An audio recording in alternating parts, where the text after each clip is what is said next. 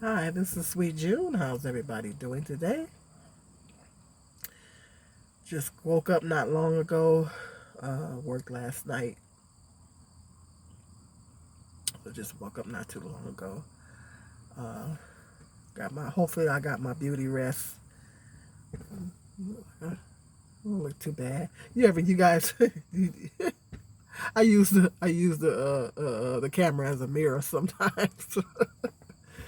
Kind of glowing a little bit. I look a little bit rested. You know what? They don't call it beauty rest for nothing. I feel like after I get a few winks in, I I feel more. My face looks more rested, and you know. Let me know in the comment section what you guys think. Getting those few winks in make me look. Do I have a little bit of a glow? Let me know. Hit me up in that comment section. Let me know. This is kind of a rant video. I'm a little frustrated, guys. I'm just I'm a little frustrated right now. It's kind of a rant, but you know, it's a chat rant. I'm at Dollar General. I'm getting ready to go in the store. There's some good parking on the side here. I think it's the employee parking lot, but it's not congested like the main parking lot. So it's a nice little place to. I wanted a little bit of privacy while I sit in the car and do my video. You know, people look at me and think I'm talking to myself, which I do talk to myself, but but not like that. Hey, they say people. Do you know that they do you know that they say people that talk to themselves are highly intelligent? Yes, I read that. I read that somewhere. People that talk to themselves are highly intelligent. I said, well, I must be really highly intelligent because I'm not. Call me crazy. I'm at a stage in my life. I don't really care what people think. I do. I talk to myself, but that's how I process my thoughts. When I talk to myself, that's how I process my thoughts. That's how I that's just how I process. We all process different ways. That's how I process. You know, I talk to myself. Hit me up in the comment section. Let me know if you talk to yourself.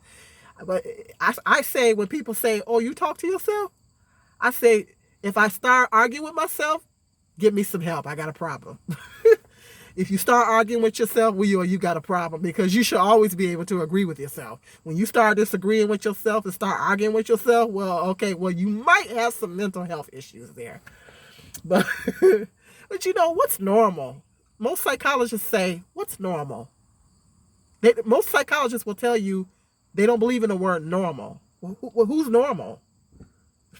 In this system that we living in, I think all of us are a little. Over the past few months, we've been going through this pandemic and stuff. I think all of us are a little. And between that, us black people, between that and the racial issues that's been going on in this country, that's continuing to go on, and it seems to be getting worse. We seem to be going backwards. Yeah, it's particularly challenging for black people mentally to keep it together. I was on Facebook and I was reading some of my friends on Facebook was coming on there talking about how they were having some problems mentally and emotionally because of all this race stuff that's going on in the world, and it could be a challenge. It could be a challenge mentally, emotionally. I, me myself, I'm not trying to let it. I've been doing a lot of praying, meditating, reading the Bible, and I think that's been helping me. I think spiritually, I mean, I've been trying to I've been trying to meditate on spiritual things and kind of focus on spiritual things, and I think in a sense that's kind of been helping me. Um, I'm trying to mentally tune out all this other stuff that's going on right now because you have to, because if you constantly thinking about it all the time and you constantly watching the news, like I said in other videos, I limit my news watching. If you're constantly watching the news between the pandemic and the race stuff that's going on, because with black people we kind of getting hit double. It's kind of like a double whammy for us. And so I know, like I said, some people on Facebook was coming on saying how it's kind of messing with them mentally and emotionally. And yes, it's a very stressful time. It's always been stressful to be black. It hasn't never been stressful to be black. But now it's even worse because on top of that, we're dealing with the situation with the pandemic, and it's too much. But like I say, we're in our last days. We're getting really, really close, and Satan is really turning up the heat because he knows his time is short. He knows when Jesus come back, the scriptures say he will be in prison for 1,000 years. You know, I'll get you guys that scripture when I look it up. So Satan knows his time is short, so he's turning up the heat. You know, so it is what it is. So I'm not gonna let all this that's going on. I'm not gonna let it steal my joy. Right now, I need to get focused. My thought is I need to get focused. Depression is counterproductive. Wintertime is going to be a challenge for me. I think I have that seasonal thing. I need to get out of Michigan, to be perfectly honest and keeping it real. I need to get out of Michigan because wintertime, I don't know how many more winters up here I can take. Really, seriously. Wintertime is challenging for me emotionally and mentally. You know, it's just, and physically. Because I'm getting older and things are starting to, like right now, I woke up and I got off work. My body was hurting. When I laid down and got up, I think I need a new mattress. And I've only had this mattress for a couple of years, but I don't think it's working for me. But when I got up, my body was hurting when I got up. And it's the temperature up here it's cooled down. We kind of getting and going into some fall like temperatures, but it feels good right now because it's not really hot. So I was like, and my thought was, if I feel like this now, oh my God, I don't know how I'm gonna feel a couple months from now. So I need to ante up on my exercising and my stretches, and plus I'm doing some lifting on my job. You know, I don't want to go into too much as far as that, but I've been doing some lifting on my job that I shouldn't be doing because my back is not that good. But speaking of job, that's what I want to talk about. Speaking of my job, guys, I am ready. I don't like to complain too much about it because I'm grateful to be working. But I gotta keep it 100. You know, that's my motto of this channel. My motto is I got to keep it 100. When I get my t-shirts on, I'm gonna get some t-shirts on my channel from T-Stream. One of them is gonna say keeping it 100. Another one's gonna say peace and love. Stay tuned. I got that coming up. I gotta work on that. I got to tinker around and work on that. When I get my t-shirts, my merch, as they call it, when I get my merch on my channel, I'm gonna get some merch on my channel. And when I get the merch on my channel, that's what my t-shirts are gonna say. But that's one of the mottos of my channel is keep it 100. You know, I got to keep it 100 with you guys. I don't sugarcoat nothing. Okay? I can't do that. I can't live like that. So I got to live in reality. I can't live in fantasy land and rose-colored glasses. I don't look at the world through rose-colored glasses. And I can't live in fantasy land. I got to keep it 100. So, but like, it's time for a career change. It's time for me to make a career change. It's time for me to aim a little higher, build up my confidence, because I'm just ready to make a move. I'm over this job. It's just so many things going on so many different levels. I just think I'm ready to get out of. It dawned on me a few months ago. It's like, June, do you realize that your last 3 jobs were caregiving jobs? And I was like, wow, it has. My last 3 jobs were caregiving jobs. So I'm ready to get Um, I mean, I've always loved to take care of people. I've always loved to take care of people, um, um, and everything. But I think it's now I'm getting burnt out on it. I'm getting older, um, and physically, it's getting harder on me to do it physically. Um, and this job is a little emotionally draining. It's getting to be a little emotionally draining. This job is. Um, they had a resident pass away, one of my favorite residents, and they say you shouldn't get attached. Well, that's human nature to get attached. Come on. I've always loved the elderly. I always have. I've always loved the elderly. And so one of my favorite residents, she didn't work up on my floor, or she didn't live up on my floor, but I used to talk to her all the time, and she passed away. I found out that she passed away a month ago. I'm just finding out last week. So I went home and I just started crying. Just broke down, started crying. And so I didn't understand why they didn't tell us that she passed away. The management didn't tell us that she passed away because she left and went to the hospital.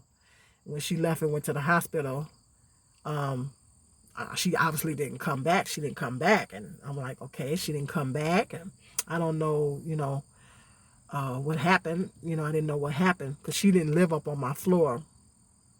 Because there's two different things going on where I work. It's assisted living downstairs, and it's an AFC home upstairs. I work in the AFC part of it. I refuse to work downstairs. It's too much work. Um, but that's really would be strenuous on my body. But yeah, they didn't tell us that she passed away, and that was my girl, and so I went home. I just started crying. I just broke down. So this job is getting to be a little bit emotionally draining, and with all the stuff that's going on right now, it's a lot of death going on in the world right now with the coronavirus and stuff. So you got to hear about that, and then you got to hear about these black people getting killed by the police. You got to hear about black people killing each other. It's a lot. And then I go to work, and then there's death at work, and it's getting to be too much for me mentally. Um, it's getting to be too much mentally, and these residents have passed away, so I'm not talking about anybody that's living in there, so I have to be careful with HIPAA. But it was another resident that had passed away that she was getting to be one of my favorites too, and she had dementia really bad, and she just peacefully passed away in her sleep one night. And one of the two of the girls had asked me to come down and help with her. She had passed away peacefully in her sleep. Actually, she went peacefully. She didn't. A lot of times they have to suffer before they go. This lady didn't suffer before she goes. They put her to bed, and when they checked on her, she was gone. So she's kind of one of my favorites. She was really, really funny. She used to cuss a lot. And so I was kind of attached to her too. And I was a little sad when she passed away. I had to come down and I had to help do what they call aftercare. When someone passes away, it's like a procedure, it's like aftercare. You prepare them for when they come to pick them up, and sometimes the family comes up and spends a little time with them, where you get them prepared for the funeral home to pick them up and take them out. So they call it aftercare. You get them cleaned up and everything. So I had to assist with that, and there was another time. It was a guy that was up on my floor. I didn't get the opportunity to get attached to him, but it come to find out his relatives. I knew his relatives. His relatives went to my hall. So his relatives were Jehovah's Witnesses, and I knew them. And he passed away up on my hall. And I didn't really know him that well, so I didn't get a chance to really get really attached to him. And so we had to get him ready too. And she's like, "You let me know if you can't handle it." And so I just, I just did what I had to do. But I didn't have the opportunity to really get attached to him, so it wasn't that hard with him. But when you get attached to them, it's hard, you know. And so it's like all this stuff going on in the world, and then you got to hear about all this stuff with black people and the coronavirus, and then I got to go to work and deal with death. So it's too much. And so I'm just ready to make a career change. I'm ready to make a career change. I'm ready to get out of this field. I don't want to work in this field no more. It's messing with my pride because I have all this education. I keep thinking I have all this education. I should be able to get something better than this. I want to get a sit-down job like a receptionist. I said, come on, I can't get a receptionist job. Come on. Something. Jobs ain't good up here. They got a lot of manufacturing jobs up here. And I frankly think it's racist up here. It's like they act like they don't want to give black people the office jobs, receptionist jobs, and things like that. And of course that's everywhere. And racist everywhere. And so I'm gonna try to. I don't know. I might try the town next over from me and see what opportunities they have there. But I need to aim a little. I just know I need to aim a little bit higher. So I want a sit-down job. I want something where I can sit down. I don't have to do any lifting, or nothing like that. It's nothing that's going to put too much stress on my body because my back is not getting any better. It's getting worse. So I just need something that, that's not going to put too much strain. And like I told you guys in another video that I applied for this job through Peckham Industries. If you've ever heard of them, I don't know. Peckham Industries. They are contracted at the federal building in my town. They're contracted through. They're like contracted through that federal building. It's like a call center. And I applied. I had an interview with them years ago. They turned me down. They hire a lot of disabled people because on the application they kept asking me about, my health and stuff. I said, are these legal questions? But they hire a lot of disabled people. So that was probably why they were asking those questions. And so I guess either I'm not disabled enough because they hire a lot of people with disabilities. I'm either not disabled enough or they just didn't feel like I qualified for the job. So they turned me down. I would have liked to have gotten that because I could have sat down and, with my head set on and took calls, and because it's like a call center, and that would have been perfect. That would have been right up my alley. But then I put a status on Facebook that said that they turned me down, and someone that works up there, she don't work at Peckham, but she works in the federal building. She said that they didn't treat their employees right. So maybe it's a blessing in disguise. Maybe it's a blessing in disguise that I didn't get it. And I talked to another lady, said she worked there. Said that it was very stressful. It was a very, very stressful job. So just keep me in your prayers. I'm ready to make a move. I'm not a complacent person. I've said that in my other videos. Guys, I am not a complacent person. But I think that's a good thing that I'm not a complacent person.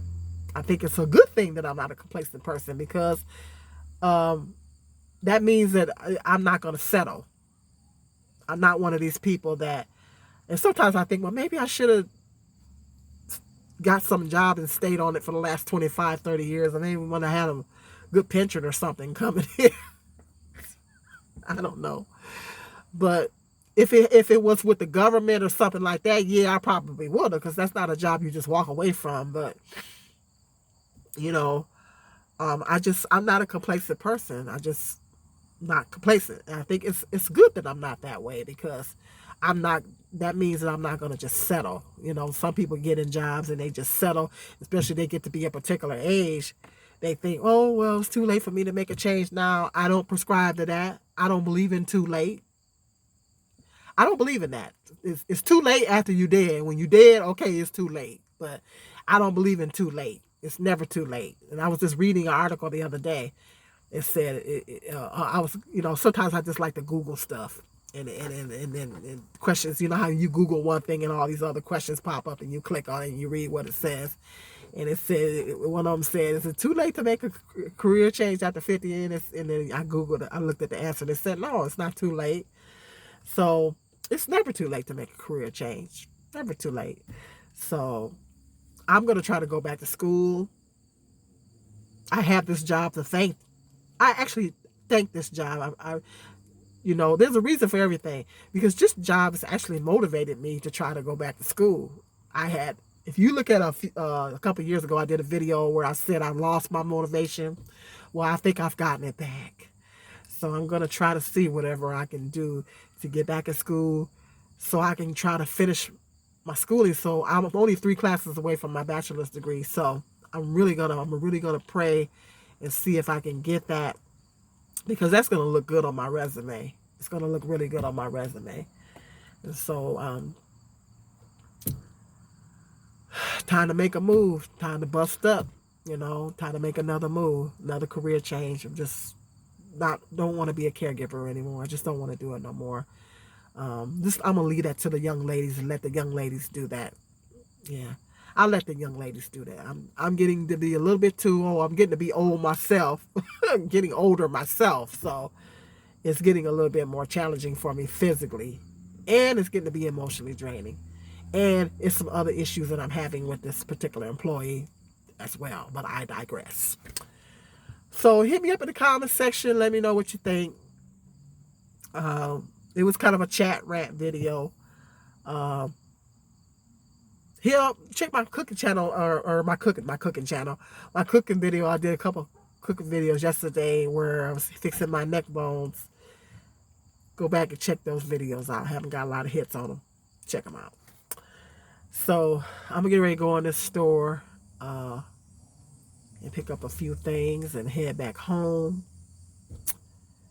Until then, till the next video, if you're new to my channel, hit that subscribe button, hit that like button. I need you guys to help me get up to that 1,000 subscribe mark. Maybe I could turn YouTube into a career. I need you guys to help me do that. So share my video, share my videos. I mean, I can't do that right now, but hopefully one day, maybe, it's a possibility. I believe anything is possible. So hit that subscribe button, share my videos. If you already subscribed, double check, make sure you're still subscribed. Hit that like button, because that gets that algorithm right on up there. Okay, until the next video, peace and love. Social distance, hand wash, stay safe. Sweet June.